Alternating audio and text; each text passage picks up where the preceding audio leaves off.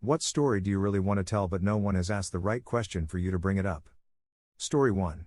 A few years ago, I stopped at a post office in one of those towns that claims it would be the murder capital of America if anyone actually knew it existed.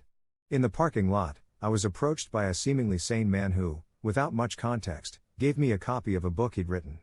I saw he had stacks of this book in the back of his old Camry, so I figured he was just excited to share his work with everyone who came to the post office parking lot that day.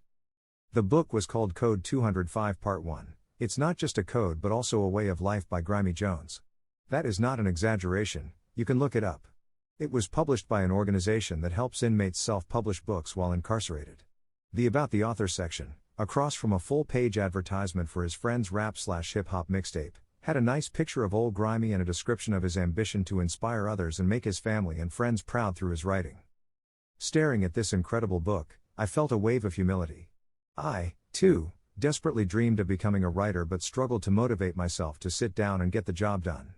But here it was a man who, against all adversity in his life, had finished a book and achieved his dream. Even in prison, he bettered himself for the sake of his loved ones. It was as if God himself had brought Grimy to me as a divine sign of the crossroads I had reached in my life. The book was a symbol for the choice laid before me, where I could choose to push myself toward my and Grimy's goal, or continue to cower behind excuses and self-doubt. With it in my hands, my passion burned and my hope soared.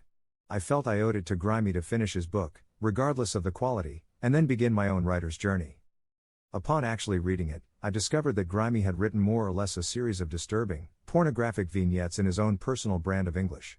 The titular Code 205 is apparently a prison code for an inmate engaging in high-risk sexual acts, such the slightly autobiographic main character masturbating to the female corrections officers.